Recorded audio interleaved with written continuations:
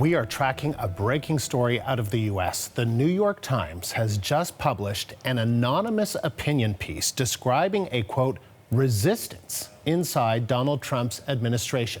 The newspaper says it was authored by a senior administration official. The CBC's Lindsay Duncombe has the details for us live from Washington. Lindsay, I've had a chance to just skim it. It is really quite something. Walk us through what this op-ed says and just how unusual it is. Well, coming on the heels of the releases of the book from Bob Woodward, what this op-ed does is really line up with a lot of the criticisms of the Trump White House. In fact, goes so far as to say that there are people working within the White House to frustrate parts of Donald Trump's agenda and his worst inclinations. It goes on to say that these people are doing what they can to preserve the democratic institutions while Trump's misguided impulses are happening in office. Here's some of what the op-ed says. It says, the root of the problem is the president's amorality. It goes on to criticize his leadership style, saying that it is impetuous, adversarial, petty, and ineffective. So certainly strong criticism of the president. What isn't in the op-ed is criticism of the president's specific agenda. This is a person who says that they believe that there are some policy achievements here in terms of regulations, in terms of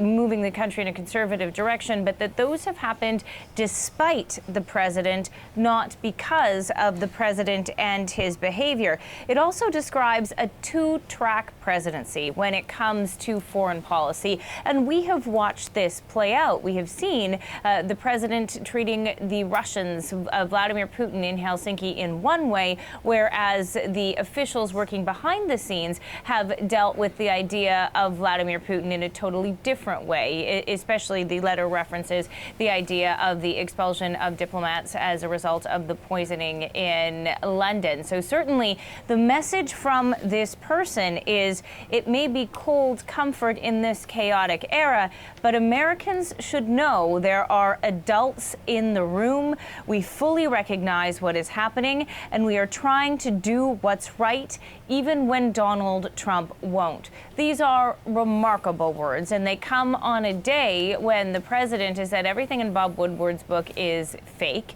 It comes as people within the administration have lined up to put statements out supporting that version. And it certainly adds a whole other layer to the idea that Donald Trump is not fit for office, although not necessarily one that any of Trump's supporters would believe.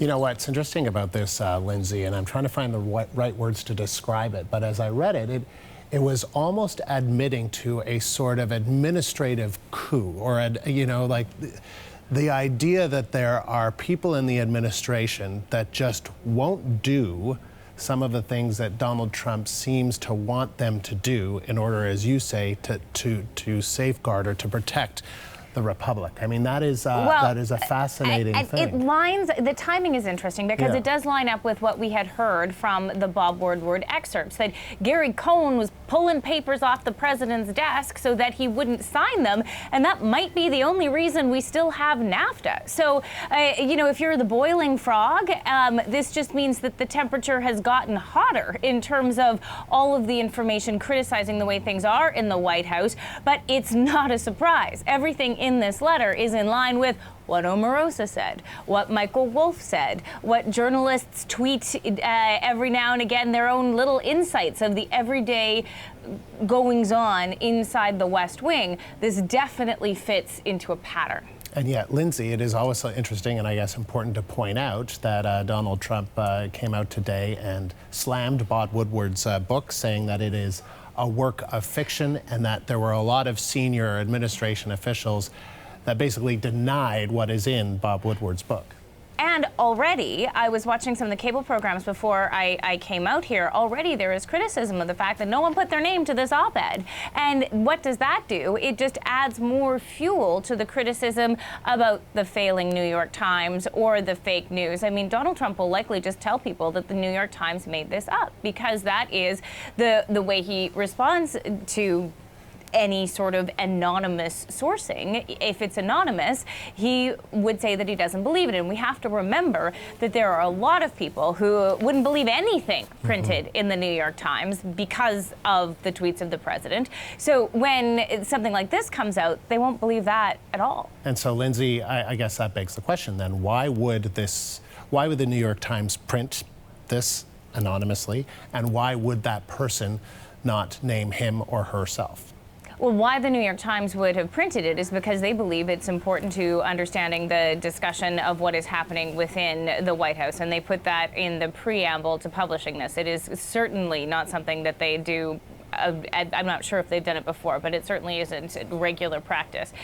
In terms of why this person would do it, I mean, I think it's that message. We want you to know there are adults in the room. He also, or she, referenced the 25th Amendment, which is a way to, a procedure by which a president can be removed from office if they are deemed unfit. They said that would have been a cumbersome, something that's been discussed, that it would have been a cumbersome process, and no one wanted to see a constitutional crisis. So the op-ed goes on to say, we will do what we can to steer the administration in the right direction until, quote, one way or another, it is over. So certainly not everyone is going to believe this statement. It's in line with many other things that the White House has discredited, but it is, kind of a silent scream from inside the White House in terms of all of those things you've been hearing and the president is saying aren't true. Well, guess what? Sounds like it might be worse than you think. And also,